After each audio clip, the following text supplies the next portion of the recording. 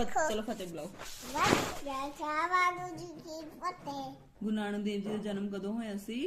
तो राशो नित्य ਗੁਰੂ ਨਾਨਕ ਦੇਵ ਜੀ ਦੇ ਪਿਤਾ ਦਾ ਨਾਮ ਕੀ ਸੀ?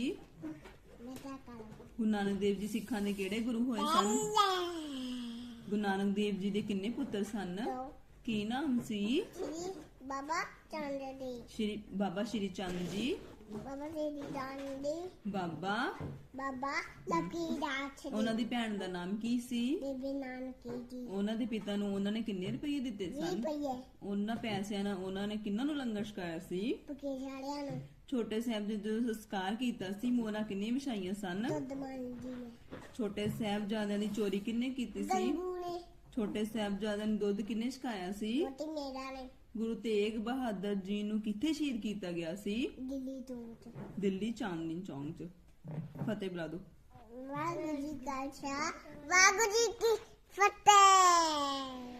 ਬੋਲੇ ਸੋਨੇ ਹਾਲ बड़े सोने सत श्री अकाल। ਦੇਖ ਦੇਖ